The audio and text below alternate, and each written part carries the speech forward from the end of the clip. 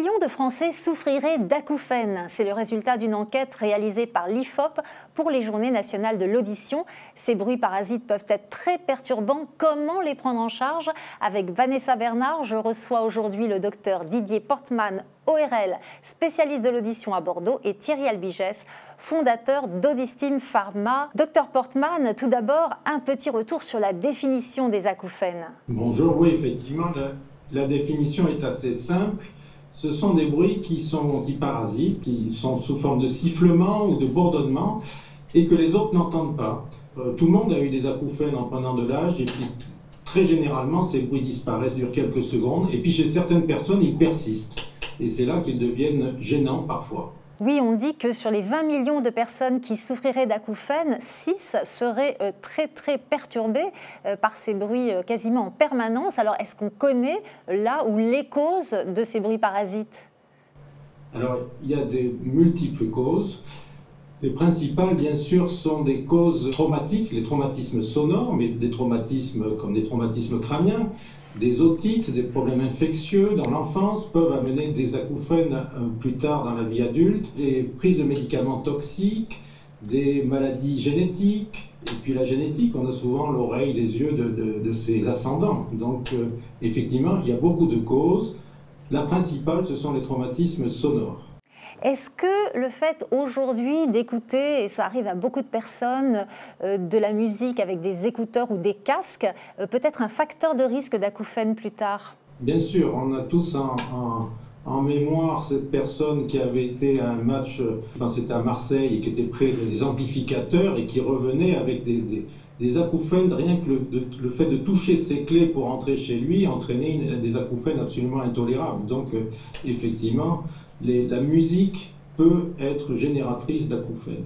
Thierry Albigès, vous connaissez bien cette problématique. Quel est l'impact psychologique des acouphènes?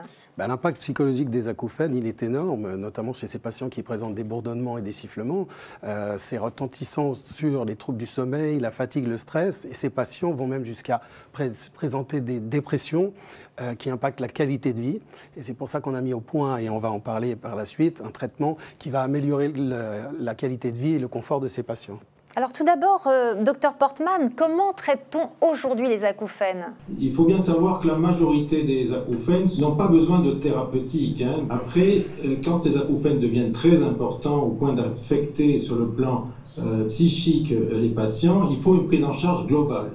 Donc celle-ci peut être aidée par différents systèmes. Il y a tout d'abord, quand il y a associé aux acouphènes une perte auditive, on peut effectivement appareiller avec un appareil auditif qui va servir non seulement à améliorer l'audition, mais très généralement diminue l'acouphène. Vous avez des gens qui vous disent « je mets mon appareil auditif, l'acouphène au bout d'une demi-heure a disparu, j'enlève l'appareil auditif, au bout d'une demi-heure, il réapparaît ». Donc il y a vraiment un effet de ces appareils auditifs. On peut avoir aussi des maladies comme l'autospongiose, des gens qui ont des acouphènes, et l'intervention chirurgicale va très généralement diminuer les acouphènes ou même les faire disparaître. Donc là aussi, c'est une possibilité. Enfin, il y a toute une prise en charge psychologique. Alors, on peut s'aider d'une visite chez le psychologue, de traitements faits sur le plan psychologique, de prise en charge pour relaxer ces gens, pour prendre un peu de recul, par l'ostéopathie, la sophrologie, l'hypnose, qui sont des compléments, je dois dire, indispensables quand l'acouphène est très mal supporté. Et les médicaments sont une des parties de la prise en charge. On ne va pas donner un médicament à tout le monde, on donne à certaines personnes. Quels médicaments par exemple? Alors, il y a des médicaments qui sont... Vous savez que les acouphènes, on les entend dans les oreilles, mais on sait qu'ils ne sont pas dans les oreilles. Et donc, il faut bien sûr agir par des traitements qui peuvent être assez agressifs sur le plan psychologique ou très souvent sur le plan anxiolytique, pour réduire un petit peu la pression anxiolytique, l'angoisse qu'ont ces patients. Donc des antidépresseurs ou des anxiolytiques. Thierry Albigès, Audistim Pharma a mis au point un traitement à prendre sous forme de comprimés. Est-ce qu'il s'agit de compléments alimentaires? Oui, c'est un nutraceutique naturel en fait qui va agir, comme je le disais tout à l'heure, sur la qualité de vie des patients et où on va s'intéresser de manière multifactorielle à l'ensemble de ces symptômes que sont les sifflements, les bourdonnements, la fatigue, le sommeil et le stress.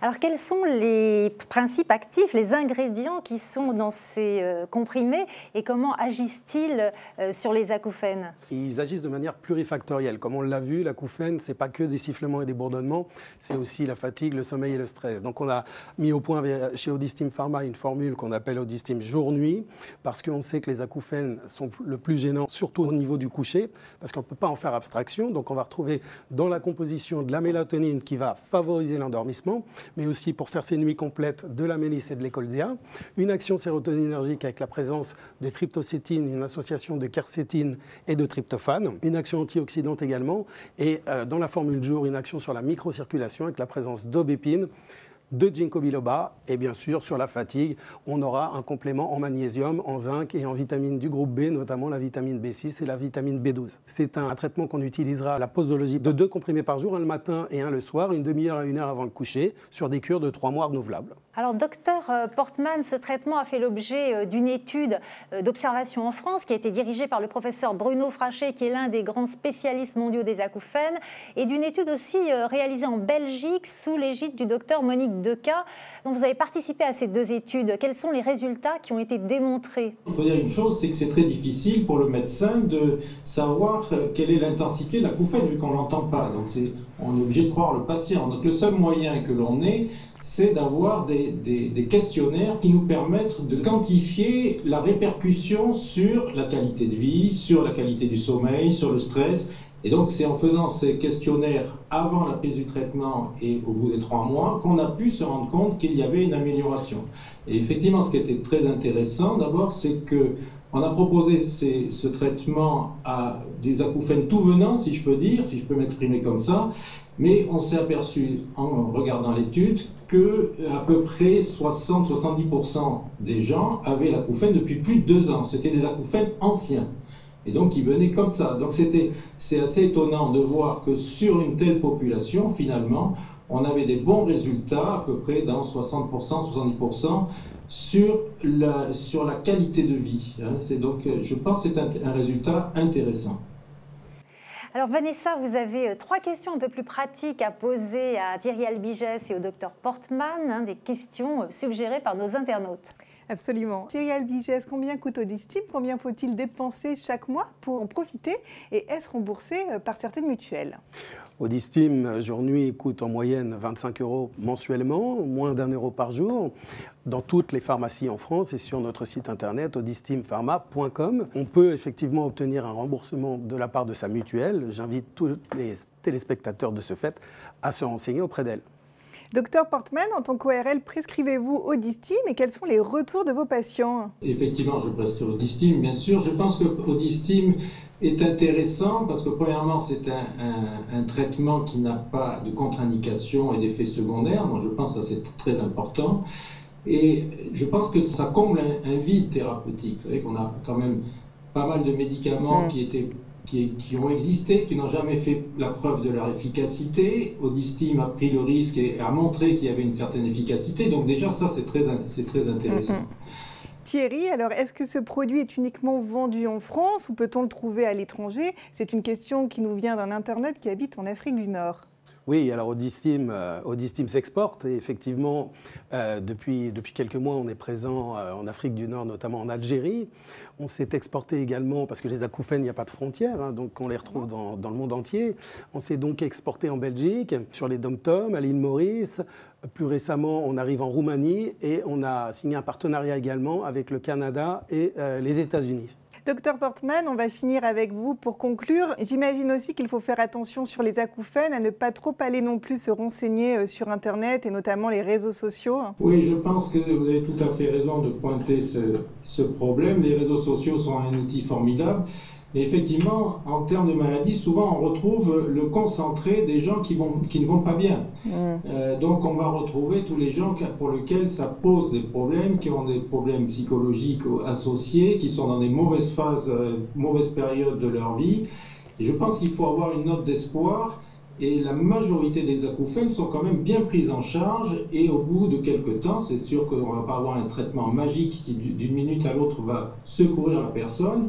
Mais il y a une amélioration subjective, c'est un symptôme. qui peut être parfois révélateur de maladie ou qui est séquelaire d'une maladie. Mais généralement, il y a quand même une bonne prise en charge et une amélioration des patients qui ont ce genre de symptômes. Merci pour cette note d'espoir. Merci Vanessa, merci Dr Portman, merci Thierry Albigès et à très bientôt pour un nouvel épisode d'Expertise Santé.